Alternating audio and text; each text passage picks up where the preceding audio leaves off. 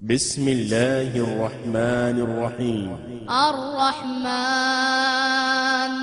علم القرآن خلق الإنسان علمه البيان الشمس والقمر بحسبان والنجم والشجر يسجدان والسماء رفعها ووضع الميزان ألا تطغوا في الميزان وأقيموا الوزن بالقسط ولا تخسروا الميزان والأرض وضعها للأنام فيها فاكهة والنخل ذات الأكمام والحب ذو العصف والريحان فبأي آلاء ربكما تكذبان خلق الإنسان من صلصال. السلام عليكم ورحمة الله وبركاته. إن الحمد لله نحمده ونستعينه ونستغفره ونعوذ بالله من شرور أنفسنا ومن سيئات أعمالنا من يهده الله فلا مضل له ومن يضلل فلا هادي له وأشهد أن لا إله إلا الله وحده لا شريك له وأشهد أن محمدا عبده ورسوله أما بعد. அகிலத்தை படைத்து பரிபாலிக்கக்கூடிய எல்லாம் வல்ல அல்லாஹ்வுக்கே புகழ் அனைத்தும். அல்லாஹ்வின் சத்திய தூதர் எம் உயிரிலும் மேலான முஹம்மது நபி ஸல்லல்லாஹு அலைஹி வஸல்லம் அவர்கள் மீதும் அன்னவர்களை பின்பற்றி வாழக்கூடிய அனைத்து முஸ்லிம்கள் மீதும் எல்லாம் வல்ல அல்லாஹுவின் கருணையும் சாந்தியும் என்றும் நிலவட்டுமாக. அன்பிற்குரிய இஸ்லாமிய சகோதர சகோதரிகளே, அல்லாஹுவின் புனிதமிக்க ரமலான் மாதத்திலே இரவு தொழுகையை நிறைவேற்றியவர்களாக நாம் இந்த இடத்திலே அமர்ந்திருக்கிறோம். இந்த அருமையான சந்தர்ப்பத்திலே உள்ளம் அமைதி பெற என்ற தலைப்பின் கீழே இன்று முதல் தொடர்ச்சியாக 7 நாட்கள் உள்ளங்கள் அமைதி பெறுவதற்கு இஸ்லாம் காட்டியிருக்கக்கூடிய வழிகள் என்னவென்பதை விரிவாக திருக்குர்ஆன் அடிப்படையிலும் நபிகள் நாயகம் ஸல்லல்லாஹு அலைஹி வஸல்லம் அவர்களுடைய ஆதாரபூர்வமான பொன்மொழிகளின் அடிப்படையிலும் நாங்கள் அலசி ஆராய இருக்கிறோம். இந்த தலைப்பு தெரிவு செய்வதற்கான காரணம் என்னவென்று சொன்னால், இந்த உலகத்திலே வாழக்கூடிய மனிதர்கள் என்னதான் அவர்களுடைய வெளித்தோற்றத்திலே செம்மையாக வாழ்ந்தாலும், வெளித்தோற்றத்திலே பார்ப்பதற்கு கவர்ச்சியான ஒரு வாழ்க்கையை அவர்கள் வாழ்ந்து கொண்டிருந்தாலும், அவர்களுடைய அந்தரங்கத்தை நாங்கள் தேடி பார்ப்போமே ஆனால் மிகவும் கவலைக்குரியதாக இருப்பதை நாம் பார்க்கிறோம். ஏனென்றால் மனிதர்களாக இருக்கக்கூடியவர்கள் அவர்களுடைய உள்ளத்திலே ஒன்றை தினசரி இழந்து கொண்டுதான் இருக்கிறார்கள். உள்ளத்துக்கு ஆறுதல், உள்ளத்திற்கு அமைதி என்ற ஒரு முக்கியமான அம்சத்தை மனிதன் எதிர்பார்க்கக்கூடியவனாக இருக்கிறான். ஆனால் மனிதன் அதிகமாக இழக்கக்கூடிய ஒரு அம்சம்தான் இந்த நிம்மதி என்று சொல்லக்கூடியது. மனுஷன் தேடி அலைகிறான், எனக்கு நிம்மதி கிடைக்காதா, எனக்கு நிம்மதி கிடைக்காதான்னு தேடி அலைகிறான். எந்த அளவுக்கு அலைகிறான்னு சொன்னால், எங்கே நிம்மதி நிம்மதி என்று தேடி பார்த்தா அது எங்கேயும் இல்லை என்று பாட்டு படிக்கிற அளவுக்கு இவங்க நிம்மதி தொலைஞ்சு போகுது. நிம்மதியை எதிர்பார்க்குறான் மனுஷன். அவன் உள்ளத்தில் ஆறுதலா மன நிம்மதியோடு வாழணும். அப்பொழுதுதான் எங்களுடைய இந்த வாழ்க்கைக்கு ஒரு அர்த்தம் இருக்கிறது. இல்லாட்டி இதெல்லாம் ஒரு வாழ்க்கையா அப்படின்லாம் கேட்கக்கூடிய விதத்தில் மனுஷன் இந்த நிம்மதியை எதிர்பார்க்கக்கூடியவனாக இருப்பதை நாங்கள் பார்க்கிறோம். இப்போ நரக வாழ்க்கை இருக்குது. இந்த நரக வாழ்க்கையை பற்றி அல்லாஹ் குர்ஆனில் சொல்கிற நேரத்தில் வலா யமூத்து ஃபீஹா வலா யஹ்யா, லா யமூத்து ஃபீஹா வலா யஹ்யா, அந்த நரகத்தில் அவர்கள் வாழவும் மாட்டார்கள், சாகவும் மாட்டார்கள். வாழாத சாகாத ஒரு வாழ்க்கை தான் மறுமையிலே அல்லாஹ் நரகத்தில் தாரான். இது என்ன வாழ்க்கை? நரகத்தில் இருக்கக்கூடிய வாழ்க்கையை நீங்கள் சிந்தித்து பார்த்து இருக்கிறீர்களா? அதில் நிம்மதியாக வாழ முடியாது. எங்கே பார்த்தாலும் மரணம் என்றொன்று இருக்கிறது, எங்கே பார்த்தாலும் வெப்பமாக இருக்கிறது, எங்கே பார்த்தாலும் வேதனையாக இருக்கிறது. நிம்மதிக்கு எந்த ஒரு இடமும் நரகத்தில் இருக்காது. அப்போ அதனால் அந்த வாழ்க்கையை பற்றி அல்லாஹ் சொல்கிறான், அவன் வாழ தான் செய்கிறான், உயிர் இருக்க தானே செய்து.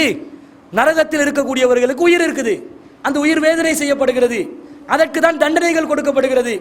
அவர்கள் வாழத்தான் செய்கிறார்கள். ஆனா அல்லாஹ் வாழலைன்றான். ஏன் வாழலைன்னு சொன்னா, ஒருவர் வாழ வேண்டிய விதத்தில் எப்படி வாழணும் என்று எதிர்பார்ப்பானோ, எப்படி அவனுடைய சுற்றுச்சூழல் அமையணும் என்று எதிர்பார்ப்பானோ, அவனுடைய உள்ளத்தில் ஆறுதல் எப்படி அமையணும் என்று எதிர்பார்ப்பானோ, அது அந்த நரக வாழ்க்கையில் நாங்கள் பார்க்க முடியாது.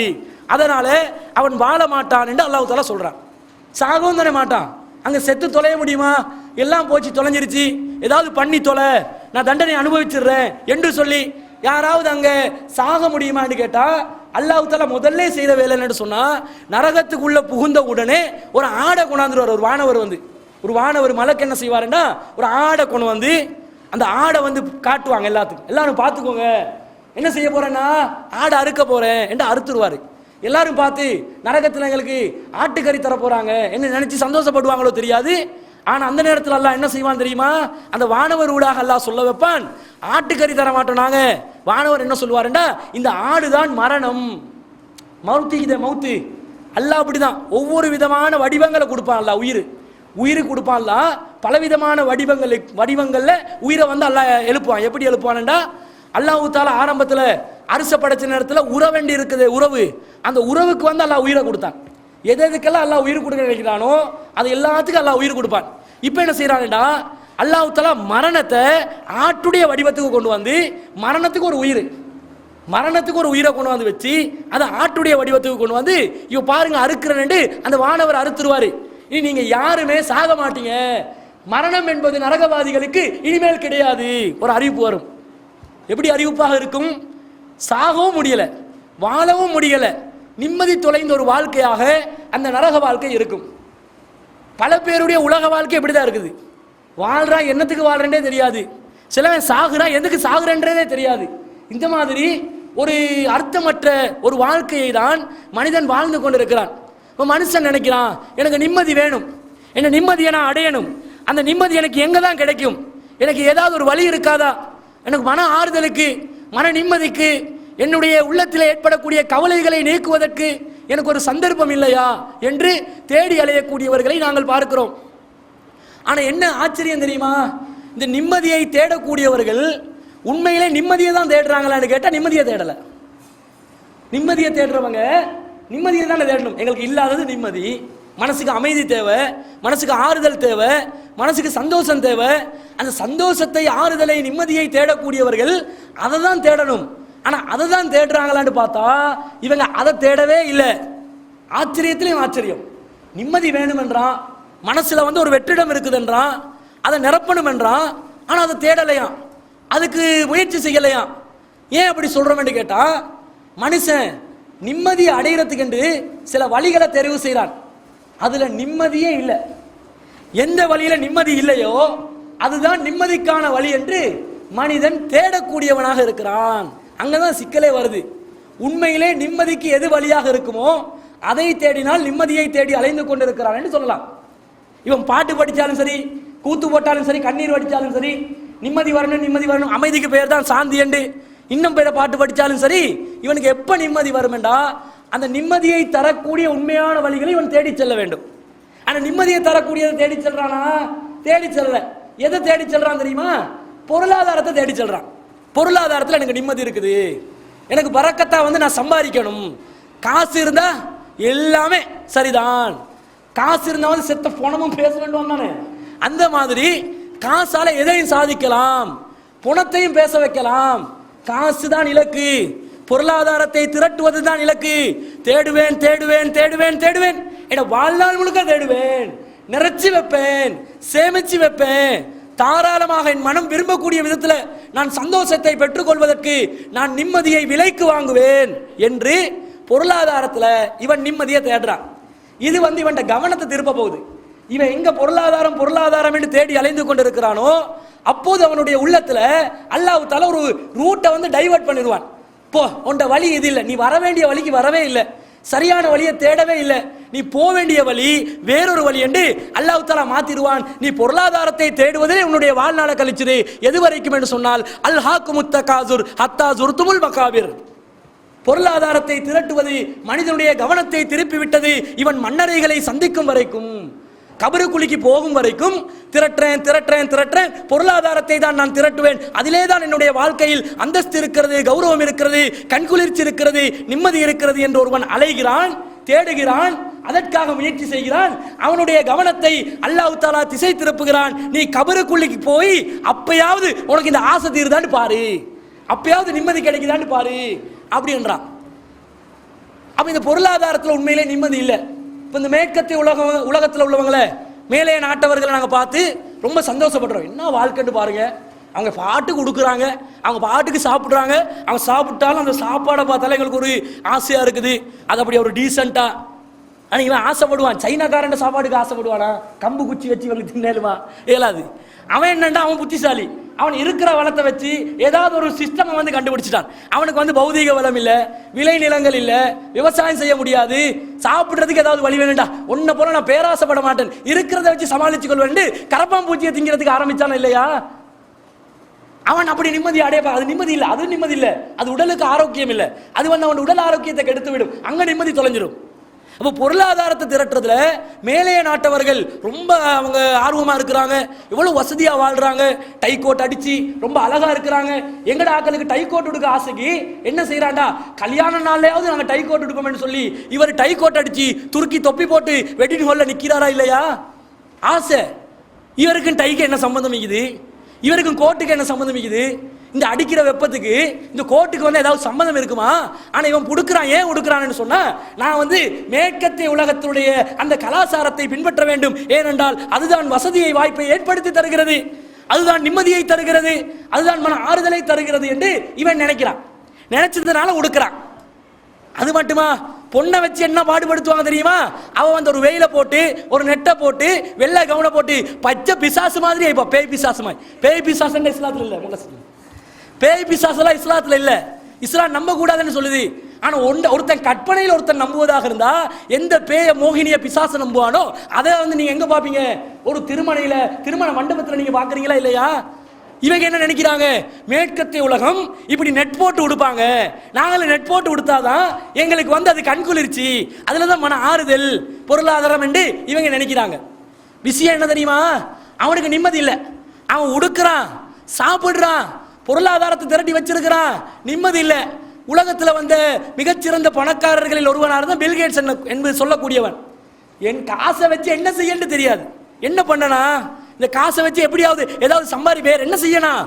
காசை வச்சு கட்டா வச்சு ஒரு நேரத்துக்கு எல்லாத்தையும் ரோஸ்ட் பண்ணி சாப்பிட்டு பார்க்குறோம், பணத்தையாவது ரோஸ்ட் பண்ணி சாப்பிட்டு பார்ப்போம். பணத்தை ரோஸ்ட் பண்ணி சாப்பிட முடியுமா? முடியல.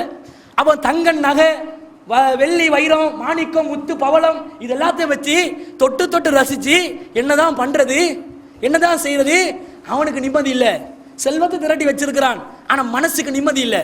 நிம்மதி இல்லாததுனால அவன் ஓடி வாரான், கிழக்கு ஆசியா நாடுகளுக்கு வாரான், தென் ஆசியா நாடுகளுக்கு வாரான். வந்து ஆன்மீகத்தில் ஏதாவது தியானம் செய்யற முறைகள் இருக்கிறதா கேட்கிறான். இந்த பொதுபல சேனா அமைப்புக்கு மெச்சவன் என்று சொல்லக்கூடிய ஜெர்மன் நாட்டுக்காரன் தன்னுடைய இல்லம் ஒன்றை வந்து டொனேட் பண்ணானா இல்லையா? ஜெர்மன்காரனுக்கு பொதுபல சேனாக்கு மெச்சவனே டொனேட் பண்றதுக்கு என்ன தேவை இருக்குது? அவன் நினைக்கிறான், துறவியாக நாங்கள் மாறினால், நாங்கள் துறவரத்தை மேற்கொண்டால், உலக ஆசைகளை விட்டு நாங்கள் விலகினால் மன நிம்மதியை அடைய முடியும். நினைக்கிறானா இல்லையா? நினைக்கிறான்.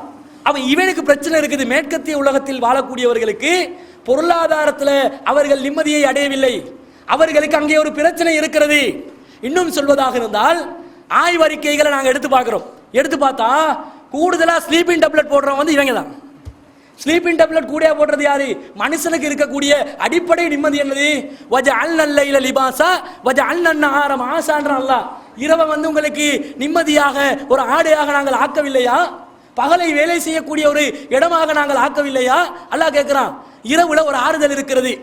ஏன் வந்து உங்களுக்கு பகல்ல தூக்கம் போகாம இரவுல சில பேருக்கு பகல் இரவில் 24 hours தூக்கம் போற ஆக்கள் இருக்கிறாங்க. அது வேற விஷயம், அது விதிவிலக்கு. அது விதிவிலக்கில் அதான் காமன் ஆகிக்குது. இப்ப நான் சொல்றேன்னு சொன்னா, ஒரு ஆறுதலா பகல்ல தூங்குறதும் இரவுல தூங்குறதையும் நாங்க எடுத்துக்கொண்டா, இரவுல தூங்குறதுல ஒரு நிம்மதி இருக்குதா இல்லையா? ஒரு ராகத்து இருக்குதா இல்லையா? ஒரு சந்தோஷம் இருக்குதா இல்லையா? ஒரு 2 மணி தியாலமாவது இரவென்று அந்த நேரத்துல தூங்கணும் என்ற மனசு எதிர்பார்க்கிறோமா இல்லையா? எதிர்பார்க்குது. அப்ப இரவில் ஒரு அமைதி இருக்கிறது. அந்த அமைதி அவங்க கிடைக்கலையே, அவங்க தூக்க மாத்திரை போட்டு தூக்கம் போகலையே. இன்று இலங்கையில் வாழக்கூடிய பல பணக்காரர்களுக்கு இந்த பிரச்சனை இருக்குது. அவர்களுக்கு நிம்மதியாக தூக்கம் போகவில்லையே. அவ காசு வந்தோடனே நிம்மதி வந்துருதுன்னு நாங்க நினைக்கிறோம். யார் நினைக்கிறாங்க? கீழ் நாட்டுக்காரர்கள் மேல் நாட்டுக்காரர்களை பார்த்து நினைக்கிறாங்க. ஆனா அதுல எந்த ஒரு யதார்த்தமான உண்மையும் கிடையாது. அதிலே பொய் தான் இருக்கிறது. இவர்கள் சாமியார்களிடம் வந்து பல தியான முறைகளை கற்றுக்கொண்டு கடைசியில் ஏமாற்றம் அடைஞ்சு போறாங்க. அதுல அவங்களுக்கு நிம்மதி கிடைக்கிறது இல்லை. எல்லாரும் ஏமாத்துறான். வெள்ளக்காரிகள் வந்து என்ன செய்யறாங்க? அவங்கள கூட்டமா சேர்ந்து சாமியார்களை கற்பழிச்சு போடுறாங்க இல்லையா? எத்தனை செய்திகள் உண்டா ரெண்டா? இலங்கையிலேயா இந்தியாலயா இந்த நாட்டில் காட்டணும், எல்லா இடத்துலையும் நடக்குது. அப்ப இவங்க வந்து தேடி வர அந்த துறையில கூட இவங்களுக்கு நிம்மதியை வந்து கிடைக்கல.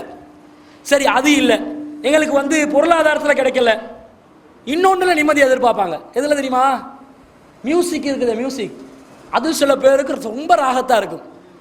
கொஞ்சம் ஏகத்துவவாதிகள் கூட கொஞ்சம் பழைய பாட்டு கொஞ்சம் கேட்டா பரவாயில்லை என்ன நினைக்கக்கூடியவங்க இருக்கிறாங்களா இல்லையா? ஏன்னா அதுல கொஞ்சம் துள்ளி ஆடுற மியூசிக் இல்லையே. இப்ப வர பாட்டுல டொக்குடு டொக்குடு டொக்குடு சொத்தம் வரும். ஏன்னா படிக்கிறான் என்ன பேச, குறிப்பா சிங்கள பாடு. சிங்கள பாட்டை நாங்க பாட்டு கேட்கிற மாதிரி நினைச்சிடாதீங்க. பஸ்கள்ல பயான்களுக்கு போவார நேரத்துல அதை தான் போட்டு தொலைப்பான். போட்டு தொலைச்சா இந்த காது ரெண்டு பொத்த நினைக்கும். பொத்தம் இல்ல, அது வேற துவேஷத்தை கிளப்புறான்னு ஏதாவது பண்ணி போட்டுருவாங்க. அதுல டொக்குடு டொக்குடு டொக்குடு ஒரு சத்தம் வரும் பாருங்க. இந்த சத்தத்தை கேட்டே மன நிம்மதி போகும். இதுல வந்து இசையில வந்து நிம்மதி என்று சொல்லி இதை ரசிச்சு கொண்டு கேட்கிறானே, அவன் கேட்கிறான் போங்க. ஏங்கடாக்கள் ஏகத்துவவாதிகள் கொஞ்சம் லைட்டா கேட்டா அதுக்கு மட்டும் யூசுப் அல் கர்லாவிய கொஞ்சம் எடுத்துக்கொள்வாங்க. அவர் இசை லைட்டா ஹலால் என்றாரு, அந்த லைட்டா ஹலாலுக்கு அவரை நாங்கள் பயன்படுத்திக் கொள்வோமே இப்படி நினைக்கிறது இல்ல. அந்த இசையில எந்த நிம்மதியும் இல்லை. சில இளைஞர்கள் என்ன செய்வாங்க தெரியுமா? அவங்களுடைய இளமை பருவத்தை கூடுதலாக கழிக்கிறது சேட் சாங்ல கழிக்கிறாங்களா இல்லையா? ஆறாரோ ஆறிரோ என்ன தூங்கி போனதாரோ யாரோ யாரோ நான் யாருன்னு அவன் கேட்டுக்கணும். அடி நீ யாருன்ற உன் உமா அப்பா கிட்ட கேளு, நீ யாருன்ற உன் பெற்றோர் கிட்ட கேளு. நீ என்ன ரோட்ல போட்டு ஆட்டல மியூசிக்கை போட்டு ரோட்ல போற வரவங்கிட்ட எல்லாம் கேட்டுக்கொண்டு இருக்கிறாய்? பொழுதாகி போனது இன்னும் தூக்கமா, சொல்லாம போனது தாயே நியாயமா? எவ்வளவு ஓடி போனாலாம். ஓடி போனா போ. நீ என்கிட்ட இருந்து உன்னை கல்யாணம் முடிச்சு நான் வாழ்ந்து நீ கல்யாணம் முடிச்ச பிறகு ஓடி போயிருந்தா இன்னும் நிம்மதியை நான் தொலைச்சிருப்பேனே என்று நினைச்சு சந்தோஷப்படாம போனாயே போய் சொல்லி கிள்ளி போக கூடாதா? போனவளே நல்லதா போச்சு தொலைஞ்சி போச்சுன்னு அனுப்பி விடாம சொல்லி போட்டுமா இவருக்கு? சொல்லாம போனது நியாயமான்னு கேட்டு இதை ரசிக்கிறான். இதை ரசிச்சு இவர் நினைக்கிற மனசுக்கு நிம்மதி கிடைக்கும், எங்களோட சோகங்கள் எல்லாம் எங்களுடைய கவலைகள் எல்லாம் நீங்கிவிடும், இந்த இசையால நீங்கிவிடும் நினைக்கிறாங்க. நீங்கவே என்ன சொல்றாங்க தெரியுமா? விஞ்ஞானத்துல நீங்க இசையை கேட்பீர்களே ஆனால் உங்களுடைய உள்ளத்திலே ஒரு விதமான ஹோமோன் சுரக்கிறது. அதுக்கு பேர் வந்து ஆண்ட்ரலின் என்ற ஹோமோன். ஆண்ட்ரலின். இந்த ஆண்ட்ரலின் என்ன பண்ணுதுன்னு சொன்னா அது வந்து கூடுதலா சுரக்கிறோம் இசையை கேட்கிற நேரத்துல. எங்களுக்கு மனசுக்கு சும்மா கூழ் மாதிரி விளங்கும், பல விஷயங்கள் கூழ் மாதிரி விளங்கும். ஆனா கூழ் இல்ல. இவ கல்யாணம் முடிக்கிற ஒரு பொண்ணை தெரிவு செய்யறோம். பொண்ணை தெரிவு செய்யற நேரத்துல பொண்ணு பாக்குற நேரத்துல ஒரு பொண்ணை பாப்பீங்க, எப்படி இருப்பா? இப்படி இருப்பா. இப்படி நினைக்கும் சொன்னா வாழ்க்கையில இந்த மாதிரி பக்குவமான ஒரு செல்ல சீமாட்டி எங்களுக்கு கிடைக்கணும் நாங்க தவம் புரிஞ்சிருக்கணுமே அப்படின்னு நினைப்பான். ஏன்டா பேச மாட்டாங்க, இப்படிதான் இருப்பாங்க. அப்படி அமைதியான முகம். ரசூலா சொல்லுவாங்களே ஹதீஸ்ல, உங்களுடைய கணவன் வீடுகளுக்கு வருகின்ற நேரத்தில் அவள் உங்களை மகிழ்விப்பால், அந்த முகம் அப்படியே காப்பீங்க. எப்போ பாப்பீங்கன்னு சொன்னா பொண்ணு பாக்குற போற அது அந்த ஒரு நாள் மட்டும். அதுக்கு பிறகு இவ பேண்ட் வாய திறந்தாண்டு வைங்க ஓடுவான். எல்லாமே ரோட்ல வந்து வீரனா இருப்பான். மக்கள் மத்தியில பேசக்கூடிய நேரத்தில் நல்ல தைரியமா பேசுவான். பொண்டாட்டிக்கிட்ட எஸ்கேப் தான், வேற வழி இல்லை. ஏண்டா தாக்கு பிடிக்க முடியல. பெண்கள் கோவிச்சு கொள்ளாதீங்க, எல்லாரும் இப்படி இல்லை. நல்ல பெண்கள் இருக்காங்க, பயானுக்கு வரவங்க நல்ல பெண்கள் அப்படி செய்ய மாட்டாங்க. ஆனால் இதான் பொதுவா இருக்குதா இல்லையா? இருக்கக்கூடியதை நாங்க பார்க்கிறோம். இப்ப இந்த இசையில எந்த ஒரு நிம்மதியும் கிடைக்கல. ஏன் கிடைக்குது இல்லைன்னு சொன்னா இவருக்கு அமைதி மாதிரி மனசுக்கு விளங்குது. ஆனால் அந்த இசையை கேட்கின்ற நேரத்தில் இவருக்கு அதிகமாக ஆண்ட்ரலின் என்று சொல்லக்கூடிய ஹோமோன் சுரக்கிறது. இந்த ஹோமோன் எப்போது சுரக்கும் என்றால் ஒருவருக்கு மன அழுத்தம் ஏற்படுகின்ற நேரத்தில் தான் இந்த ஹோமோன் சுரக்கும். ஸ்ட்ரெஸ் என்றுவாங்க, ஆத்தத்தை என்றுவாங்க சிங்களத்தில். மன அழுத்தம். ஒருத்தருக்கு மன அழுத்தம் பிரஷர் வாருது. இந்த பிரஷரோட ஒரு மனசுக்கு ஒரு ஸ்ட்ரெஸ், பிரஷரை விட ஒரு டிஃபரெண்டான ஒரு நிலைமை தான் ஸ்ட்ரெஸ்ன்றது. என்ன செய்யணும் விளங்காது. கையில் இருக்கிறதெல்லாம் தூக்கி அடிக்க பார்ப்பான் அந்த ஸ்ட்ரெஸ் வந்துச்சுன்னு சொன்னா. எங்கட பழக்கத்தில் சொல்றாங்க புழுக்கடி என்று கூட சொல்லுவாங்க. இந்த புழுக்கடி பிடிச்சி ஆடுறான் அப்படின்னு கூட சொல்லுவாங்க. இந்த மாதிரி இந்த ஸ்ட்ரெஸ் வாரது இருக்குதே, இது அந்த வார நேரத்தில் அதிகமாக இந்த ஹோமோன் தான் சுரக்குதான். ஆனால் இசையை கேட்க போகல ஸ்ட்ரெஸ் வந்தால் சுரக்கக்கூடிய சதவீதத்தை விட அதிகமாக சுரக்குதுண்டா இவன் உள்ளத்துக்கு உண்மையான நிம்மதியை தரவில்லை, அது கவலையை அதிகப்படுத்துகிறது. இவனுக்கு விளங்காமலே இவன் கவலைப்படுறான். அதானே பாருங்க, லைட்டா கண்ணீர் வருமா இல்லை அந்த பாட்டு போகல, கண்ணீர் வருது. ஏன் வருது? அப்படியே அப்படி அப்படி அப்படி அப்படி போகுது. அப்ப இசையில் அவருக்கு எந்த ஒரு ஆறுதலும் கிடைக்கவில்லை. அல்லாஹ்வும் சொல்லி காட்டுறான், வஸ்ஸுஅராஉ யத்தபிஉமுல் ஆவூன், கவிஞர்களை வீணர்கள் தான் பின்பற்றுவார்கள். நீ வீணா போனவனா இருந்தா கவிதையை கேட்டு கேட்டு ரசி அப்படின்ற அல்லாஹ். வீணர்கள் தான் பின்பற்றுவார்கள். அலம் தர அன்னஹும் ஃபீ குல்லி வாதின் யஹீமூன், அவர்கள் ஒவ்வொரு பள்ளத்தாக்கிலும் அலைந்து திரிந்து கொண்டிருப்பதை நீங்கள் பார்க்கவில்லையா? வ அன்னஹும் யகூலூன மா லா யஃஅலூன், அவர்கள் செய்யாததை சொல்லிக் கொண்டிருக்கிறார்கள் என்பதை நீங்கள் பார்க்கவில்லையா? அல்லாஹ் கேட்கிறான். அவங்க செய்யாததானே சொல்லுவாங்க. அவங்க பள்ளத்தாக்குகள்ல சும்மா கவிதை பாடி பாடி பாடி அலைஞ்சு திரிஞ்சு கொண்டு இருப்பாங்களே, அவங்களுக்கு நிம்மதியா இருக்குது. கவிஞர்களாக இருக்கக்கூடியவர்கள், கவிதையை எவன் ஏற்றானோ அவன் கூட பிச்சை வாங்கக்கூடிய ஒரு சூழ்நிலை தான் இருப்பான். அவனுக்கு நிம்மதி இருக்காது. உங்களுக்காவது வீடு வாசல் இருக்கும், அவனுக்கு வீடு வாசலும் இல்லாமல் அவன் தட்டலிஞ்சு திரியக்கூடியவனாக, அவன் தெரு தெருவாக அலையக்கூடியவனாக இருப்பான்னு அல்லாஹ் சொல்றானே. இந்த தத்துவத்தை நாங்கள் சிந்திக்க வேண்டாமா? அப்ப இங்க நிம்மதி இருக்குதுன்னு நீங்க நினைக்கிறீங்களா? ஆனா எங்க மக்களுக்கு சந்தோஷமான ஒரு நிகழ்வு வந்துச்சுன்னு வைங்க, அப்படி மியூசிக்கை போடுவாங்க பாருங்க, 10 வீட்டுக்கு கேட்கறதுக்கு. Even baffle even home theatre தான் இப்ப நிறைய பேர் வச்சிருக்கிறது. இந்த ஹோம் தியேட்டரை ஒன் பண்ணு சொன்னா 10 வீட்டுக்கு அங்கா இருக்கக்கூடியவன் குசின்ல இருக்கக்கூடிய சாமான் கீழே விழுது. அவ இப்படி வந்து ஒவ்வொரு பொருளாக வந்து அவர்களுடைய கிச்சனில் இருக்கக்கூடிய ஒவ்வொரு பொருளும் கீழே விழக்கூடிய அளவுக்கு இவன் சவுண்டை போட்டு, அது சிறுவர்களை, சின்ன சின்ன குழந்தைகள் இருக்குது, அந்த குழந்தைகளோட ரசனைகள் நிறைய இருக்குது. நிறைய அந்த குழந்தைகளுடைய அழகை பார்த்து ரசிக்கலாம், அதுகளுடைய அழகான வார்த்தைகளை பார்த்து ரசிக்கலாம், செல்ல வார்த்தை கொன்னி கொன்னி பேசுமே இதை பார்த்து ரசிக்கலாம், அதனுடைய நட உட பாவனைகளை பார்த்து ரசிக்கலாம். இந்த ரசனையெல்லாம் விட்டுட்டு ஹாப்பி பர்த்டே டு யூ அடி கையடி கையடி, அவன் ஹாப்பி பர்த்டே இப்படி கையடி சொன்னே இவங்களுக்கு பெரிய சந்தோஷம். ஹாப்பி பர்த்டே சொல்லிச்சு புள்ள, ஹாப்பி பர்த்டே சொல்லிருச்சு. அந்த மாதிரி மியூசிக் ஆடுது புள்ள, என்ன மியூசிக் போகுது? கல்யாணம் தான் கட்டிக்கிட்டு ஓடி போலாமா, ஓடி போயிட்டு கல்யாணம் தான் கட்டி கொள்ளலாமா, எங்கிட்ட ஆடுங்க ஆடுங்க ஆடுங்க, உமா வாப்பா சேர்ந்து கை தட்டுறாங்க. புள்ள ஆடுது, ஆடி ஆடி என்ன மெசேஜ் தருது? வாப்பா உமாவே இப்படி நான் செய்ய போகல, நீ இன்னும் சந்தோஷமா கை தட்டிக்கொண்டு ஆடிக்கொண்டு இருக்க வேண்டும் சொல்லுது. இசையில நிம்மதி கிடையாது, இசை நிம்மதியை தரவில்லை. இதை நாங்கள் சிந்திக்க சிரிப்பதற்காக வேண்டி சொல்லவில்லை, ஒவ்வொன்றும் சிந்திக்க வேண்டிய விஷயங்கள். இதுல நிம்மதியை நாங்கள் தேடுறோம், உண்மையிலே தேடுறாங்க, இதுல தான் நிம்மதியை தேடுறாங்க. இசையில தான் என்னுடைய நிம்மதி இருப்பதாக பலர் நினைக்கிறாங்க, ஆனால் அதில் நிம்மதி இல்லை என்பதை நாங்கள் விளங்க வேண்டும். சிலவங்க என்ன செய்யறாங்கன்னா போதை பொருட்களை பாவிக்கிறாங்க. நல்ல ராகத்தா ஒரு கஞ்சாவை சுருட்டி அடிச்சு அப்படி காத்து வாரத்துக்கு ஒரு போக்குக்கு மேல இருந்து கொண்டு இழுத்தம் என்று வைங்க, அப்படி ஒரு கிக்கு வருமே பாருங்க. அப்படிதான் நாங்கள் நினைக்கிறோம். இங்க இருக்கக்கூடிய இளைஞர்கள் இங்க இருக்கிறவங்க செய்ய மாட்டாங்கன்னு நினைக்கிறேன். ஏகத்துவாதிகள் தான் அதிகமாக இருக்கிறாங்க. உங்களை காப்பாற்றி கொண்டு பேசினா தான் நமக்கு பேச இல்லை கண்டினியூஸா. பல பேர் என்ன செய்யறாங்கடா, இதுல தான் வந்து என்ன செய்யறாங்க, நிம்மதி இருப்பதா நினைக்கிறாங்க. சிலவங்க ஒருத்தன் சொன்னா, எனக்கு என்ன சொன்னான்டா, ஆஜியார் ஆஜியார் அவங்க சமுதாயத்தில் அப்படி தான் பேசுவாங்க, நாங்கிட்ட ஒரு சண்டை சச்சரவுக்கு போறல, அல்லாண்டு ஒரு கஞ்சாவை குடிச்சு பக்கத்துக்காக இருப்போம். இந்த அல்லாண்டு கஞ்சாவை குடிக்கிறதா பிஸ்மி சொல்லி குடி, அதை விட நல்லா இருக்கும். அல்லாண்டு கஞ்சா குடிச்சு பக்கத்தில், ஏண்டா ஒரு பக்கத்தில் இருக்கிறது ஒரு நிம்மதி தானே. சண்டை சச்சரவுக்கு போகாம, யாருக்கும் தொல்லை கொடுக்காம, யாருக்கும் கஷ்டப்படுத்தாம, ஒரு ஓரமா ஒதுங்கி ஏன் நாங்களே எங்களோட பாடுமெண்டு இருக்கிறது நிம்மதி தானுங்க. ரசூலுல்லாஹ் சொல்றாங்க, அல் முஸ்லிமு மன் சலிமல் முஸ்லிமூன மின் லிசானிஹி வயதிஹி, ஒரு முஸ்லிம் என்பவன் இன்னொரு முஸ்லிமுக்கு தன்னுடைய நாவாலும் கரத்தாலும் தீங்கிலா இழைக்காமல் இருப்பான், அவன் தான் உண்மையான முஸ்லிம் என்று நபி ஸல்லல்லாஹு அலைஹி வஸல்லம் சொல்லி இருக்கிறாங்க.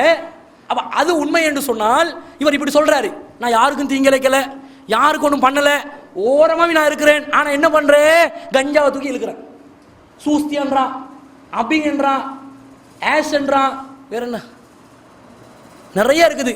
இவன் வந்து குடிபானங்கள் எடுத்துக்கொண்டா ஒட்கா என்றான், மெண்டிஸ் என்றான், பண்டிஸ் என்னமோ இது நிறைய அடிச்சு அதுல எல்லாம் ஒரு கேட்டகரி வச்சு இதை வந்து குடிச்சமெண்டா, அப்படி ஃப்ரெண்ட் மகளோட சேர்ந்தமெண்டா ஒரு சியர் வரும் பாருங்க. எங்களுக்கு சியர் சியர் என்னது, சியர்ஸ் இப்படி கிளாஸ் அடிப்பானே, சியர் என்னன்னு சொன்னா அவங்க நிம்மதியை, வெற்றி, அவங்களோட சந்தோஷம் வெளிப்படுத்துறாங்களா. எங்க நிம்மதி வரப்போகுது? நீங்க இந்த மதுபானங்களை அருந்தினால், போதைப் பொருட்களை அருந்தினால், பயன்படுத்தினால் உங்களுக்கு நிம்மதி கிடைக்குமே நீங்க நினைக்கிறீங்களா? இலங்கையில் இருக்கக்கூடிய அதிகமான நோயாளிகள் இந்த போதைப் பொருளுக்கு பழகியவர்கள் என்பது ஆய்வறிக்கைகள் சொல்லுகிறதே. இயற்கையாக நோய்வாய்ப்படுபவர்களை விட அதிகமானவர்கள் போதைப் பொருட்களை பயன்படுத்தக்கூடியவர்கள், சிகரெட் பாவிக்கக்கூடியவர்கள். சில ஏகத்துவவாதிகள் கூட இன்னும் சிகரெட்டை பயன்படுத்துறாங்க. கியாமுல் லைலுக்கு வர்றதுக்கு முன்னால நோம்பு திறந்துட்டு சைடுக்கு போயிட்டு அப்படியே ஒரு சிகரெட் இழுத்து அடிச்சுட்டு, ஏன்னா சிகரெட் குடிக்காடி நோம்பு திறந்தவன் இல்லையா அவங்களுக்கு? குடிச்சிட்டு வந்து பள்ளிவாசலுக்கு வர்றவங்க இருக்கிறாங்களா இல்லையா? இருக்கிறாங்க. அப்ப இதுல எல்லாம் மூழ்கி கிடக்கக்கூடியவர்களாக நாங்கள் இருக்கிறோம். இதுல எங்களுக்கு நிம்மதி வரும் என்று நாங்கள் நினைக்கிறோம். அதிலே நிம்மதி வராது. நோய் தான் வருகிறது, சண்டை தான் வருகிறது. வீட்டுக்கு போனா அங்க பல பிரச்சனைகள். இங்கே குடிக்கக்கூடியவன் சாக்கடையில் விழுந்து கிடக்கிறான், அதிலே நோய் வருகிறது. வீட்டில் பஞ்சாயத்தாகிறது, விவாகரத்து வருகிறது, மனைவி கூட தகாத உறவுகளுக்கு செல்வதற்கு இது காரணமாக இருக்கிறது. பார்க்கிறோமா இல்லையா? சாதாரண ஒரு போதை பொருள் உன்னை நிம்மதியான நீ நினைச்சோண்டு செஞ்சியே, அது எங்க கொண்டு போயிட்டு உன்னை வைக்குதுன்னு சொன்னா உன்னை வந்து அதில் பாதாளத்தில் போய் தள்ளுது, குடும்பமே நாசமாகுது. இந்த ஹெரோயின் பாவிக்கக்கூடியவர்களுடைய வாழ்க்கையை பாருங்க. அவன் குடிச்சா வந்து அவனுக்கு ஒரு சந்தோஷம் இருக்குது. அந்த குடிக்கிற நேரத்தில், அதை உரிகிற நேரத்தில் ஒரு சந்தோஷம் இருக்கத்தான் செய்கிறது. அதிலே அவனுக்கு ஒரு தற்காலிகமான ஒரு இன்பம் இருக்கத்தான் செய்கிறது. அது நிரந்தரமான இன்பமா? அந்த இன்பத்தில் வந்து அவட்ட வாழ்க்கை எல்லாத்தையும் அவர் சாதிச்சிருவாரா? சீரழிறத கண் முன்னாடி பார்க்கணும் என்று சொன்னால் யாரு இந்த ஹெரோயின் பயன்படுத்துவார்களோ, குடு பயன்படுத்துவார்களோ, இவர்களை தெல்ல தெளிவாக நாங்கள் கண் முன்னாடி பார்க்க முடியும். வாழ்க்கையில சீரழிவு அதுதான். கக்குசனின்று கழுவான், படிச்சவனா இருப்பான், எல்லா அநியாயங்களையும் பண்ணுவான், எந்த வேலையும் செய்வான். ஏன்? போதைக்கு அடிமை ஆயிட்டான், நிம்மதியை தொலைக்கிறான். அவன் குடும்பங்கள்ல நிம்மதி தொலையுது. எங்க சில பெண்கள் இருக்கிறாங்க, மூக்குப்பொடி போடுவாங்க, மூக்குத்தூள், அது பாவிக்கிறவங்க, அது ஒரு நிம்மதி. ஒரு ஆங்கட அச்சிங்கொண்டு விட்டாண்டா ஒரு நிம்மதி அவங்களுக்கு. கிட்ட இருக்கிறவனுக்கு சளி நோயை பரப்புற வேலையை பார்க்குறாங்களே தவிர இவங்களுக்கு எங்க நிம்மதி கிடைக்குது? உனக்கு நேச்சுரலா வரக்கூடிய தும்மலை நீ போட்டுண்டா அல்ஹம்துலில்லாஹ் சொல்லு, கேட்பவன் இரஹமக்கல் ஆண்டுவான், நீ யஹ்தீகுமுல்லா வ யுஸ்லி பாலக்கும் என்று சொல்லிவிடு, நன்மையை அடைந்து கொள்வீர்கள், அல்லாஹ்விடத்தில் உங்களுக்கு அருள் செய்யப்படும், நீங்கள் ஆரோக்கியமாக வாழ்வீர்கள். வரலையான் தும்மல், சரி சிலவங்க வந்து தும்பு தடியில் இருக்க தும்பை எடுத்து போட்டாவது தும்மல் எடுத்துருவாங்க. அது தும்பு தடி எந்தெந்த இடத்துல எல்லாம் போச்சு அந்த எல்லா நஜீஸும் மூக்குக்குள்ள போகுது. சரி பிரச்சனை ஒரு பரவாயில்லன்னு சொல்லுங்களேன். இவங்க என்ன பண்றாங்க? மூக்கு பொடியை போட்டு அதுல வந்து தும்மல் எடுத்து அதுக்கு பழகி அது இல்லாம ஏலா இந்த கேன்சர் வருது. கேன்சர் என்ற நோய்க்கு அதுவும் முக்கியமான காரணமா இருக்குது. அப்ப அதிலே நிம்மதி இல்லை. அல்லாஹ் தஆலா சொல்லி காட்டுறான், யா அய்யுஹல்லதீன ஆமனு இன்னமல் ஹம்ரு வல் மைஸ்ரு வல் அன்சாபு வல் அஸ்லாமு, நம்பிக்கை கொண்டவர்களே, மது, சூது, அதே மாதிரி பலிப்பீடங்கள், குறிப்பார்க்கக்கூடிய அம்பு, ரிஜ்ஸும் மின் அமலி ஷைத்தான், அது அசுத்தமானவைகள், அருவருக்கத்தக்கவைகள், அது ஷைத்தானுடைய செயல்களாக இருக்கிறது. ஃபதுஜனிபு லஅல்லக்கும் துஃப்லிஹூன், வெற்றி வேண்டும் என்றால், உங்களுக்கு ஜெயிக்கணும் என்ற ஆசை இருந்தால் அதை விட்டு நீங்கள் விலக வேண்டும். குர்ஆன் சொல்லுது, விலகி விடுங்கள். நாளைக்கு திருந்துற நாளைக்கு திருந்துற இல்லை, நிம்மதி அங்க இல்லைன்ட்டான். தோல்விதான், வெற்றி இல்லை. அதுல அல்லாஹ் தெல்ல தெளிவாக டிக்ளேர் பண்ணிட்டான், நீங்கள் விலகி விடுங்கள், விலகுக, அப்பதான் வெற்றி என்று அல்லாஹ் சொல்லக்கூடியதை நாங்கள் பார்க்கிறோம். அடுத்தவங்களுக்கு சிலவங்களுக்கு எதுல நிம்மதி தேடுறாங்கன்னா, சினிமா பார்க்கறதுல, ஒரு சீரியல் பார்க்கறதுல, ஒரு நாடகம் பார்க்கறதுல, அதுல கொஞ்சம் நிம்மதி. ஏன்டா யாருடைய வீட்டு பிரச்சனையை பார்த்து இவங்க ரசிக்கணுமா? அது சினிமாவில் என்ன காட்டுவான்டா, ஒரு கேடுகட்ட அயோக்கியான ஹீரோவா காட்டுவான். ஒரு நல்ல பக்குவமா தன்னுடைய பிள்ளையை வளர்க்கக்கூடிய ஒரு தகப்பனை ஒரு வில்லனா காட்டுவான். இதான சினிமாவில் நடக்குது. இந்த காதலன் இந்த காதலிய எந்த வழிமுறைகளில் அடைந்து கொள்வது, அடைஞ்சு கொள்றதுக்கு, அவளை ரசிப்பதற்கு, அவளை ருசிப்பதற்கு இவன் பயன்படுத்தக்கூடிய தந்திரங்கள் என்ன? இதுதான் சினிமா. இந்த சினிமால பார்க்கறதுல ஒரு ரசனை. என்ன ரசனை? ஒரு ஆண் ஒரு பெண்ணை எவ்வாறு ரசிக்கிறார் என்பதை பார்த்து ரசிப்பதில் ஒரு நிம்மதி. இதெல்லாம் ஒரு நிம்மதியா? இதெல்லாம் ஒரு சந்தோஷமா? குடும்பங்கள் எல்லாம் ஏன் சீரியல் இது? இந்த சினிமாக்குள்ள குடும்ப சகிதத்துடன் சினிமாவை ஆதரிக்கக்கூடியவர்களாக இருப்பதனால தான் எல்லா குடும்பங்களும் சீரழிந்து செல்கிறது. ஒரு கதையை, ஒரு சீரியலை நீங்க எடுத்துக்கொண்டீங்கன்னா அதுல ஏதாவது ஒரு நிம்மதி இருக்குதா? ஒரு நிம்மதி இல்லை. குறைஞ்சபட்சம் யாராவது ஒரு ஜோக் பண்றதை கூட பார்த்தா கூட அந்த ஜோக்ல கூட நிம்மதி இல்லை. நிறைய வந்து தப்பான வார்த்தைகளை தான் கற்றுக் கொடுக்குறாங்க, மோசமான விஷயங்களை தான் எடுத்து காட்டுறாங்க, கெட்ட முன்மாதிரிகள். ஆனா குறைஞ்சபட்சம் ஒரு சந்தோஷமான செய்தியை காதுல கேட்டாவது ஒரு நிம்மதி வரலாம் என்று சொல்லலாம். இந்த சீரியல் என்ன காட்டுவான்? எவ்வளவு ஒரு அழுவினி வந்து அழு அழு அழு அழு அழுண்டு அழுது கொண்டே இருப்பான். அவளோட அழுவைக்கு எல்லையே இருக்காது. அவதான் உத்தமி, அவதான் பத்தினி, அவளுடைய சாதனைகளை வர்ணிப்பதற்கு வார்த்தைகள் இல்லை, அவளுடைய நேர்மையை வர்ணிப்பதற்கு வார்த்தைகள் இல்லை. இனி எல்லா பொம்பளையும் சேர்ந்து அவளை பார்த்து பார்த்து பாவம் அவ பாவம் அவ பாவம் அவண்டு அவளை ரசிச்சு ரசிச்சு ரசிச்சு இவங்களுக்கு ஒரு நிம்மதியா. இந்த சொப்பனை பார்க்கக்கூடியவங்க நிறைய பேர் இருக்கிறீங்க, ஆண்களும் பார்க்குறான். இப்ப சொப்பனை பார்க்காத ஒரு ஊடிக்குதா? அந்தந்த காலத்தில் இப்போ சிலவங்களுக்கு தெரியாத பேர் சொப்னா எல்லாம் பார்க்குறவங்க தான். எல்லா வீட்லையும் இந்த படம் ஓடத்தான் செய்யுது. அப்போ இந்த மாதிரி எல்லாம் பார்க்கக்கூடியவங்கள தான் விலக முடியலை. எங்களுக்கு நிம்மதி இருப்பதான் நினைக்கிறோம். ஆனால் பல குடும்பங்களில் கெட்ட சூழ்ச்சிகள், பல அநியாயங்கள், பல அசிங்கங்கள், பல அசம்பாவிதங்கள் நடப்பதற்கு இந்த சீரியல்கள் தான் காரணமாகவே இருக்கிறது. எதிலே நன்மை குறைவாக இருக்கிறதோ அதனை விட்டுவிட வேண்டும். ஒரு சில நன்மைகள் இருக்கத்தான் செய்து, சில செய்திகள் சமுதாய செய்திகளை எடுத்து சொல்லுவாங்க, ஆனால் அதில் நிம்மதி இல்லை. சரி, அடுத்ததா சரி இதுலையும் வரல. சிலவங்க என்ன செய்யறாங்கடா, இந்த ரஜினிகாந்த் படம் பார்ப்பாங்களே. ஏன் பார்ப்பாங்க? ஆரம்பத்தில் கொஞ்சம் பழைய ஆக்கள் வந்து எம்ஜிஆர் சிவாஜி படம் பார்ப்பாங்க. எம்ஜிஆர் தனி ஹீரோ தானே இவங்க மனசுல ஏகத்துவம் வரும் வரைக்கும். எம்ஜிஆர் ஒரு தனி இடம் இருக்குது.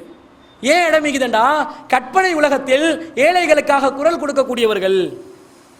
ஏழைகளுக்காக கற்பனை உலகத்தில் எம்ஜிஆர் குரல் கொடுத்திருக்கிறார். ஒரு மனுஷன் பொதுவா அநியாயம், அட்டூழியம், அசாதாரணம் நடக்கின்ற நேரத்திலே அதை தட்டி கேட்பதற்கு ஒரு ஹீரோ வந்தால், அந்த ஹீரோ ஏழைகளுக்கு சார்பாக பேசினால், அநியாயத்தை தட்டி கேட்டால் அவனை கவரக்கூடியவர்களாக இருக்கிறார்கள். இதுதான் பொதுவான மனநிலை. அந்த மனநிலையில் எம்ஜிஆர் ரசிக்கிறாங்க, ரஜினிகாந்த் ரசிக்கிறாங்க. 3-4 நாளா கியூல நிற்கிறாங்க அவன் சினிமாக்களை பார்க்கறதுக்கு. இந்த நான் சொல்றதை போய்டா பாருங்க. இந்த சினி சிட்டியில என்ன படம் போட்டிக்கிறான்? கோச்சடையானா? இதுக்கு வந்து எத்தனை பேர் இந்த பெருநாளைக்கு போலியில் நிற்கிறாங்கன்னு பாருங்களேன். 7 மணி யாராவது ஏகத்துவவாதிகள் ஒரு குரூப் போய் அதை வீடியோ பண்ணுங்க, ஒரு டாக்குமெண்ட்ரியா காட்டு வந்தாங்க பாருங்க. முஸ்லிம் சமுதாயம் பாலஸ்தீனில் அப்படி நடக்கிறது, அலுத்கமையில் இப்படி நடக்கிறது, ஆனால் நாங்கள் கோச்சடையானை பார்க்காமல் விட மாட்டோம் என்று இருப்பார்கள். எங்க கோச்சடை நாங்க பார்க்கல, சும்மா பொய்யெல்லாம் சொல்லாதீங்க. சரி, FIFA வேர்ல்ட் கப் பாத்தீங்களா இல்லையா? வேர்ல்ட் கப் பாக்குறாங்களா இல்லையா? நேத்து நைட்டு எத்தனை பேரு கியாமுல் லைல அல்லாஹ்வை நின்று நடுப்பகுதியில் வணங்கி கொண்டிருந்தீர்கள்? ஏன் நேத்து வந்து உங்களுக்கு நடுப்பகுதியை தெரிவு செய்ய முடியாதா? முடியாது. ஏனண்டா அது பார்க்கணும். FIFA என்ன இருக்குதுன்னு உனக்கு தெரியுமா? பல விபச்சாரிகளை அதுக்கெண்டே தயாரிச்சு ஒரு விளையாட்டை வந்து அரங்கேற்றான், விபச்சாரத்துடைய வாசலை திறந்து வைக்கிறான். இவங்களுக்கு யார் யாரோ ஒரு கால் பந்து எடுத்து அவனை வெட்டி இவனை வெட்டி அந்த போஸுக்குள்ள தள்ளுறது இவங்களுக்கு பெரிய ஒரு நிம்மதியா, பெரிய ஒரு சந்தோஷமா. என்னமோ இவங்க பெரிய ஃபுட்பால் பிளேயர் மாதிரி. இதுல என்ன நிம்மதி இருக்குதுன்னு கேட்கிறேன். பாலஸ்தீனத்தில் அங்கே கொடுமை நடக்கிறது, அலுத்கமட பிரச்சனைக்கு இன்னும் முடிவுகள் சரியாக எட்டப்படவில்லை. இதனை நினைத்து தினசரி கண்ணீர் வடிப்பதற்கு கடமைப்பட்ட இந்த முஸ்லிம் சமுதாயம் ஒரு விளையாட்டில் நிம்மதி இருப்பதாக நினைத்துக் கொண்டு அந்த விளையாட்டை ரசிக்கிறார்களே, ஒரு சினிமாவில் நிம்மதி இருப்பதாக நினைத்துக் கொண்டு ஒரு சினிமாவை ரசிக்கிறார்களே, எப்போது நாங்கள் திருந்த போவது? எப்ப திருந்துறோம்? எத்தனை ஏகத்துவவாதிகளுடைய வீட்டில் நேற்று FIFA வேர்ல்ட் கப் பார்க்கப்பட்டது?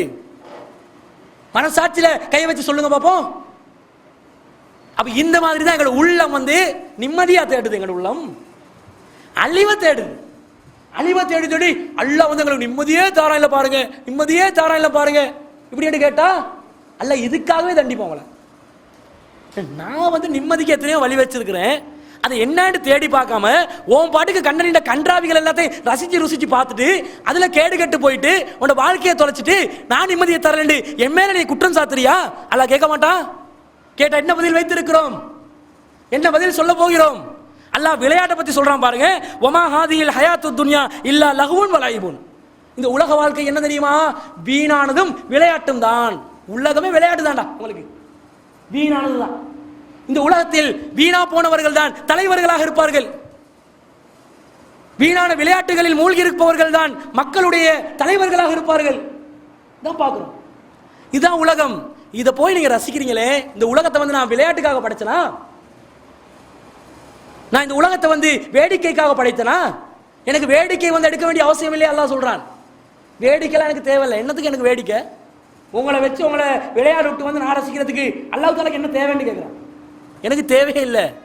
நீ ஒழுங்கா உலகத்துல வாழ்ந்து உண்ட சந்தோஷத்தை நீ அடைஞ்சுக்கோ. உனக்கு ஒரு வாய்ப்பு தர்றேன்னா, உன்னை படைக்காம ஒன்றுமில்லாம ஆக்கி இந்த உலகத்துக்கே வர வைக்காம உண்ட தலையெழுத்தை இல்லாமல் ஆக்கி நீ என்ற ஒருவனை இல்லாமல் ஆக்கி எனக்கு வைக்க முடியும்?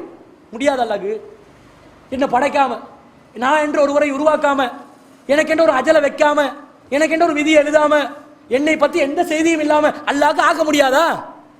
முடியும். அப்படி ஆக்கினா நீங்கள் கிடைக்கிற வாய்ப்பு இல்லாம போகுதே, ஒரு வாய்ப்பு இல்லாம போதே. அல்லாஹ் வாய்ப்பை தந்திருப்பது எதுக்கு தெரியுமா? மீண்டும் ஒரு வாய்ப்பை தருவேன், அந்த வாய்ப்பில் உங்களுக்கு நிம்மதியாக சந்தோஷமாக வாழ முடியும், அதற்குரிய இடமாக இந்த உலகத்தை ஆக்கிக் கொள்ளுங்கள் என்பதற்காகத்தான் இந்த உலக வாழ்க்கை. இதுல போய் இதை ரசித்து ரசித்து நிம்மதியை தேடுறீங்களேடா, அல்லாஹ் கேட்டா என்ன பதில் சொல்ல போகிறோம்? சொல்வதற்கு பதில் இல்லை.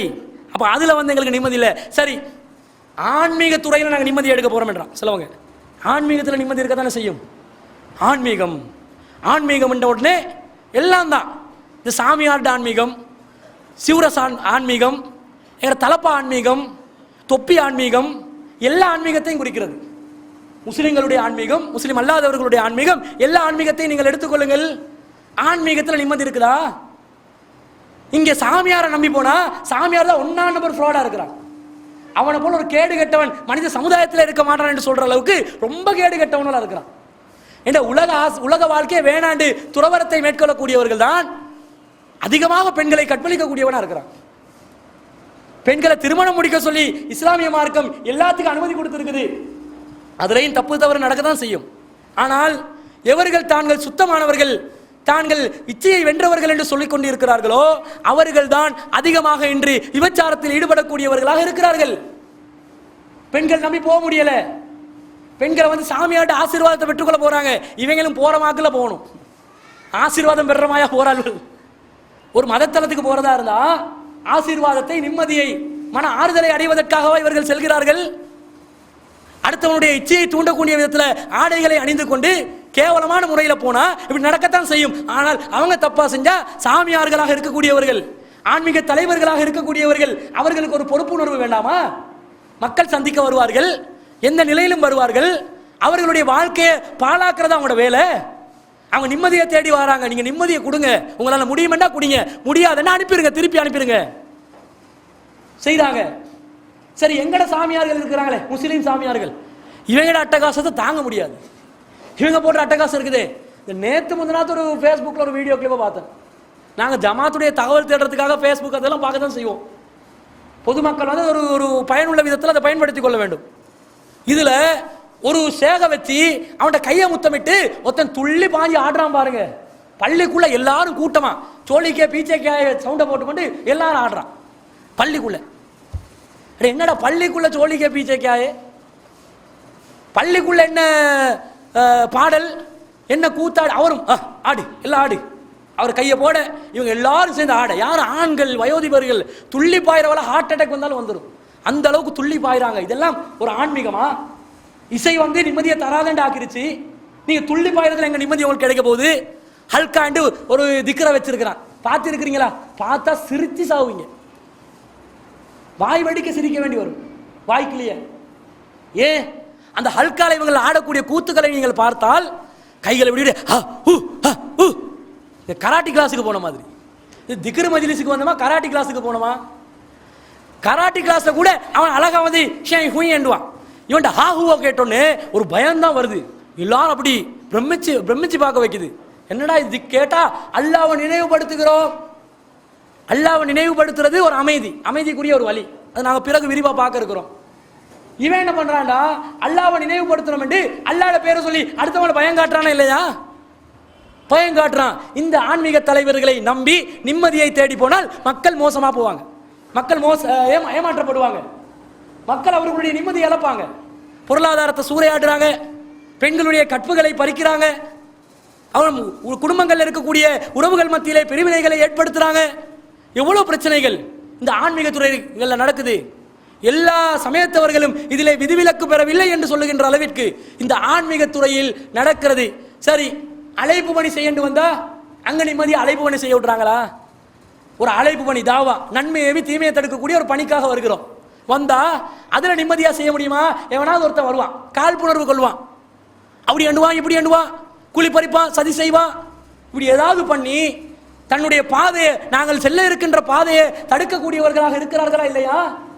இருக்கிறாங்க. ஆன்மீக துறையில அழைப்பு பணியே விட்டு வைக்கல, அதிலே நிம்மதியை தொலைக்கக்கூடிய நிலைமை. எல்லாத்துக்கும் முதுகு குத்துறது, இந்த மாதிரி வேலைகள் நடக்குதா இல்லையா? எல்லா இடங்களும் இது நடக்குது. அப்ப இதுல நாங்க நிம்மதியை தொலைக்கிறோம். அப்ப என்ன நிம்மதிக்குண்டா என்ன வழி? நிம்மதி என்ன வழி? என்ன பண்றது? இப்ப இது ஒன்றுலையுமே நிம்மதி இல்லை. எதுதான் நிம்மதி? மனுஷன் என்ன நினைக்கிறான் தெரியுமா? நிம்மதி என்றால் சந்தோஷமாக எந்த பிரச்சனையும் இல்லாம வாழணும், இதுதான் நிம்மதி என்றாங்க. அதானே நீங்க நினைச்சுக்கிறீங்க எவ்வளவு காலம்? உண்மையா சொல்லுங்க, நீங்க நிம்மதி என்னது? பிரச்சனை இல்லாம, எந்த துன்பமும் இல்லாம, கவலை இல்லாம சந்தோஷமா வாழ்றது தானே. இதுக்கு யாருக்கு அது மாற்று கருத்து இருக்குமா? பொய்க்கு சொல்லக்கூடாது, நெச்சுரலா நிம்மதி என்ன, பிரச்சனை இல்லை, சந்தோஷமா இருக்கணும், இப்படிதானே எல்லாரும் நினைச்சிருக்கிறோம். இது நிம்மதியே இல்லை. இது எங்க நிம்மதி? பிரச்சனை இல்லாம எவனுக்கு வாழ முடியும்னு கேட்கிறேன். சாத்தியமா? நீங்களே பிரச்சனை இல்லாம வாழ்றதுக்கு எல்லா வழியை வகிச்சாலும் அல்லாஹ் விட மாட்டானே. அல்லாஹ் சொல்றான், வல நபுலுவன்னகும் பிஷைஇம் மினல் ஹௌஃப் வல் ஜூ வ நக்ஸிம் மினல் அம்வால் வல் அன்ஃபுஸ் வஸ் ஸமராத். உங்களை நாம் சோதிப்போம், ஓரளவு அச்சத்தால் சோதிப்போம். உங்களுடைய விளைநிலங்களை நாங்கள் சேதப்படுத்தி குறைத்து, விளைநிலங்களை சேதப்படுத்தி சோதிப்போம். உயிர்களை கைப்பற்றி சோதிப்போம். உங்களை சொத்துக்களை சேதப்படுத்தி சோதிப்போம். ஃபபஷ்ஷிரிஸ் சாபிரீன், பொறுத்துக் கொள்பவர்களுக்கு நற்செய்தி. யாருக்கு நிம்மதியாம்? நற்செய்தி என்றா யார் அதை சபர் செய்கிறார்களோ, தாங்கி பிடிக்கிறார்களோ, அதை ஃபேஸ் பண்றாங்களோ, சபருக்கு எவ்வளவு அர்த்தம் இருக்குது, அவர்களுக்கு நிம்மதி. பஷிர், குட் நியூஸ், சந்தோஷம், நற்செய்தி. யாருக்கு? இது வர்ற நேரத்தில் ஃபேஸ் பண்ணணும். ஃபேஸ் பண்ற விதத்தில் தான் நிம்மதி இருக்கிறதே தவிர பிரச்சனையே இல்லாம வாழணும் என்று நினைத்தால் அது இறைவனுடைய விதிமுறைக்கு மாற்றமானது. பிரச்சனை வரத்தான் செய்யும். அல்லாஹ் சொல்றான், அல்லதி ஹலக்கல் மௌத வல் ஹயாத லியப்லுவக்கும் அய்யுக்கும் அஹ்ஸனு அமலா. உங்களில் அழகிய செயல் செய்பவர்கள் யார் என்பதை சோதித்து பார்ப்பதற்காகத்தான் அவன் மரணத்தையும் வாழ்க்கையும் படைத்திருக்கிறான் என்று அல்லாஹ் சொல்லி இருக்க, சோதிச்சு பார்ப்பேன் என்று அல்லாஹ் சொல்ல, சோதனை என்றால் பிரச்சனை வரும் என்று அல்லாஹ் சொல்ல, அந்த பிரச்சனையை நீங்கள் முகம் கொடுத்து தான் ஆக வேண்டும் என்று அல்லாஹ் சொல்ல, பிரச்சனை இல்லாம சந்தோஷமா வாழணும் என்றதை நீங்கள் எதிர்பார்த்தால் அது முற்றிலும் தவறு என்பதை உங்களுக்கு விளங்கலையா? ரசூல் ஸல்லல்லாஹு அலைஹி வஸல்லம் பிரச்சனை இல்லாம தான் வாழ்ந்தாங்களா? ஆனா நிம்மதியா இருந்தாங்க. அவங்களுக்கு பிரச்சனையே வரலையா? அல்லாஹ்வுடைய தூதருக்கு இந்த உலக வாழ்க்கையில பிரச்சனை வரலையா? அவனோட குடும்ப வாழ்க்கையில பிரச்சனை வரலையா? அவனோட பொருளாதாரத்தில் பிரச்சனை வரலையா? அவனோட சமுதாய பணிகளில் பிரச்சனை வரலையா? அவனோட ஆட்சியில பிரச்சனை வரலையா? எல்லாத்திலும் வஞ்சி எல்லாத்தையும் சரியான முறையில் முகம் கொடுத்தார்கள். இந்த முகம் கொடுப்பது எப்படி, அதை உணர்ந்து கொள்வது எப்படி, இங்கதான் நிம்மதி இருக்குது. மனசுதான் எல்லாமே, எல்லாமே மனசுதான். ஒரு மனசு பாருங்க, ஒரு விஷயத்தை எப்படி ஃபீல் பண்ணுதுன்னு பாருங்க. ஒரு மகன் சொல்றான், உம்மாவே, ஒருத்தன் என்ன நண்பன் ஒருத்தன் கல்யாணம் கட்ட போறானா, எங்கட ரிலேஷன் ஒரு பிள்ளைய தான் முடிக்க போறானா, அவன் வந்து என்ன செய்யறானா, முழுக்க முழுக்க இவன் தான் மகுரை கொடுத்து, இவன் வீடு வாங்கி, இவன் வந்து வீட்டுக்குரிய சாமான் பொருட்கள் எல்லாம் வாங்கி, ஃபுல்லா வந்து இவட்ட செலவுல கல்யாண சாப்பாடெல்லாம் போட்டு அப்படி சந்தோஷமா அந்த பிள்ளைய வச்சுக்கொள்ள போறானம்மா. இப்படி சொன்ன உடனே எங்கட உம்மா மகளுக்கு, எங்கட உமாக்கு சொன்னான், உங்க உதாரணத்துக்கு சொல்றேன், எங்கட உம்மா அப்படி நினைக்க மாட்டாங்க. என்ன நினைப்பாங்க, சில யாரும் தாய்மார்கள் பொதுவாக எப்படி நினைப்பாங்க, எங்கட குடும்பத்தில் உண்டு எந்த வரதட்சணையும் கொடுக்காம சந்தோஷமா கரை சேர போகுது என்ற ஒரு சந்தோஷமா ஒரு மூச்சு விடுவாங்க இல்லையா? சொன்ன உடனே மகன் திருப்பி சொல்றான், உம்மா அந்த ஒரு புள்ள நானாக என்ன இருக்கக்கூடாது. கேட்டா இவன் என்ன சொல்லுவான், என்ன முடிவெடுக்க போற நீ? சொத்து கொடுப்பியா, பத்து கொடுப்பியா, காணி கொடுப்பியா, பூமி கொடுப்பியா, உண்ட செலவுல வீடு வாசல் கொடுப்பியா, கார் பங்களா வாங்கி கொடுப்பியா, எல்லாமே நீ பண்ணுவியா? அதுக்கு நான் ஒத்துக்கொள்ளவே மாட்டேன். பொண்ணு சரியில்லை. உடனே பொண்ணு சரியில்லைன்னு சொல்லுவாளா இல்லையா? ஒரே சம்பவத்தை எதிர்நோக்கிற விதத்துல உள்ளம் சேஞ்ச் ஆகிச்சா இல்லையா? அழுத்தமாகுது. இங்க அங்க என்ன நடக்குது, அதை ஆறுதலாக அதை உள்வாங்குறாங்க. ஒரே சம்பவத்தை ஆறுதலாக உள்வாங்குவதற்கும் மன அழுத்தத்துடன் உள்வாங்குவதற்கும் காரணி எது தெரியுமா? உள்ளம்தான். உள்ளம் உள்ளம் இதுதான் சரியாக்கணும். இது நிறைய பேர்ட்ட நல்லா வேலை செய்யும். நான் கேட்கிறே, அது டக்க டக்க டக்க டக்குன்னு பேசும், கவர்ச்சியா பேசும், மக்களை வந்து ஈர்க்கும். பார்க்கறதுக்கு இவங்களை போல உத்தமர்கள் இந்த உலகத்தில் இல்லையே என்று நினைக்கக்கூடிய அளவுக்கு என்ன வைக்கும். அங்கெல்லாம் விஷயம் இருக்குது. இது சரியா இருக்குதா அதான் பார்க்கணும். அல்லாஹ் சொல்றான், கிட்டத்தட்ட 14-15 விஷயங்கள்ல அல்லாஹ் தஆலா சத்தியம் வாங்குறான். வாங்கிட்டு அல்லாஹ் சொல்றான், வஷம்சு வல்வாஹா வல் கமர் இதா தலாஹா வன்னஹார் இதா ஜல்லாஹா. இப்படி சொல்லி சொல்லி சொல்லி சூரியன் மேல, சந்திரன் மேல, அது மேல, இது மேல சத்தியம் சொல்லி ஒரு 11 விஷயங்கள்ல சத்தியம் செஞ்சுட்டு அல்லாஹ் சத்தியம் செய்யறான்டா. சத்தியம் நாங்க எதுக்கு செய்வோம்? சத்தியம் நாங்கள் எதுக்கு செய்வோம் என்று சொன்னால் ஒரு விஷயத்தை உறுதிப்படுத்தி சொல்கிறதுக்கு. அல்லாஹ் உறுதி கூறுறான் பாருங்க, நான் சொல்றது மிக மிக முக்கியமான ஒரு செய்தி என்று 11 மேட்டரை சொல்லிட்டு அல்லாஹ் சொல்றான். வனஃப்ஸின் வமா ஸவ்வாஹா, உள்ளத்தையும் அதை வடிவமைத்தவனும் மீது சத்தியமாக, ஃபஅல்லமஹா ஃபுஜூரஹா வ தக்வாஹா, அந்த உள்ளத்துக்கு நன்மையை தீமையை நாங்கள் கற்றுக் கொடுத்தோம். கது அஃப்லஹ மன் ஸக்காஹா, அந்த உள்ளத்தை பரிசுத்தப்படுத்தியவன் வெற்றி அடைந்து விட்டான். வகது ஹாப மன் தஸ்ஸாஹா, அதை பால்படுத்தி கொண்டவர் நஷ்டம் அடைந்து விட்டார். அல்லாஹ் சொல்றான். இதை சரியா வச்சுக்கொள்ளுங்கம்மா, அல்லாஹ் சொல்றான். இது மட்டும் ஒழுங்கா இருந்துச்சு வைங்க, நன்மை தீமையை நான் சொல்லி கொடுத்துட்டேன். அல்லாஹ் சொல்லிட்டார் எது உள்ளம் நன்மையா பார்க்கணும், எது தீமையா பார்க்கணும். இப்ப வரதட்சணை கொடுப்பது நன்மையா தீமையா? என் உள்ளத்துக்கு அல்லாஹ் சொல்லி கொடுத்திருக்கிறான். எப்படி சொல்லி கொடுத்திருக்கிறான்? அல்லாஹ்வுடைய வேத வரிகளில் அளவுகோலா எடு, அதை வச்சு உன மனசாட்சியை போட்டு பாரு, இது சரியா பிள்ளையா விளங்கிடும். சட்டம் நேரடியாக உங்களுக்கு விளக்கம் தரும். சட்டத்தில் விளக்கம் இல்லாட்டி உங்களுடைய மனசாட்சி அதற்கு பதில் சொல்லும். இஸ்தஃப்தி கல்பக, உன்னுடைய உள்ளத்தில் நீ ஃபத்வா கேட்டுக்கொள் என்று ரசூலுல்லாஹ் அதனால தான் சொல்றாங்க. உள்ளத்துல கேட்டோடனே சரியா விளக்கத்தை சொல்லிடும், நன்மை தீமை விளங்கிடும், இது சத்தியம் அசத்தியம் என்று விளங்கிடும். ஆனால் அதை நாங்கள் எந்த விதத்தில் உள்வாங்கிக் கொள்கிறோமோ அந்த விதத்தில் தான் எங்களுடைய நடவடிக்கைகள் அமைகிறது. எங்களுடைய நடவடிக்கையை நாங்கள் எதை தெரிவு செய்கிறோமோ அதை வைத்து நாங்கள் சரியான முறையில் நிம்மதியை அடைகிறோமா அல்லது நாங்கள் நிம்மதியை இழக்கிறோமா என்பது தீர்மானிக்கப்படுகிறது. இதிலே பலரும் தவறான முடிவுக்கு போய் நிம்மதியை இழந்து கொண்டு இருக்கிறாங்க. எனக்கு நிம்மதி இல்லைண்டா என் முடிவுல நான் மிஸ்டேக் பண்ணிக்கிறேன் அர்த்தம், என்னுடைய வழிமுறையில நான் மிஸ்டேக் பண்ணிருக்கிறேன் என்ற அர்த்தம். எங்களை எதிர்நோக்கக்கூடிய பல சவால்களை நாங்கள் முகம் கொடுக்கின்ற நேரத்தில் அதற்கு இஸ்லாம் தந்திருக்கக்கூடிய வழிமுறைகளை நாங்கள் மறந்துவிட்டு அதற்கு நாங்கள் பதிலளிக்க போனோம் என்றால், அதை முகம் கொடுக்க போனோம் என்றால் எங்களுடைய நிம்மதியை கண்டிப்பாக நாங்கள் இழந்தே தீர்வோம். அப்போ உள்ளம் அமைதி பெறுவதற்கு இஸ்லாம் என்ன சொல்லுது தெரியுமா? உள்ளத்தை சரியா ஃபர்ஸ்ட்டுக்கு வச்சுக்கோ, சரியா போட்டுக்கோ, உள்ளம் சரியா இருக்கணும், பர்ஃபெக்டா இருக்கணும். நபி ஸல்லல்லாஹு அலைஹி வஸல்லம் சொல்றாங்க, வைன்ன ஃபில் ஜஸதி முல்கத்தன், உடம்புல ஒரு சதத்துண்டு இருக்குது. இதா சலஹத் சலஹல் ஜஸது குல்லுஹு, அது சரியாக அமைந்தால் உன்னுடைய முழு உடம்பும் சரியாக அமைந்துவிடும். வைதா ஃபஸதத் ஃபஸதல் ஜஸது குல்லுஹு, அது சீர்கெட்டு விட்டால் முழு உடம்பும் சீர்கெட்டு விடும். அலா வஹியல் கல்ப், அறிந்து கொள்ளுங்கள் அதுதான் உள்ளம். சரியா இருந்தா எல்லாம் சரி, அது மிஸ்டேக் ஆகினா எல்லாம் மிஸ்டேக் என்று இறைவன் நபி ஸல்லல்லாஹு இறை தூதர் ஸல்லல்லாஹு அலைஹி வஸல்லம் அவர்கள் தெள்ளத் தெளிவாக எங்களுக்கு விளக்கி சொல்லிவிட்டார்கள். எனவே இதை நாங்கள் சரியாக புரிந்து எங்களுடைய வாழ்க்கையை அமைத்துக் கொள்ள வேண்டும். அன்பிற்குரியவர்களே, நிம்மதியா சந்தோஷமா வாழ நினைக்கக்கூடிய நாங்க அந்த நிம்மதிக்கு அந்த சந்தோஷத்துக்கு அல்லாஹ் சொல்லக்கூடிய முதலாவது தீர்வை இப்ப லைட்டா சொல்றேன், நாளைக்கு விரிவா ஸ்டார்ட் பண்றேன் இன்ஷா அல்லாஹ். டைம் போகுது.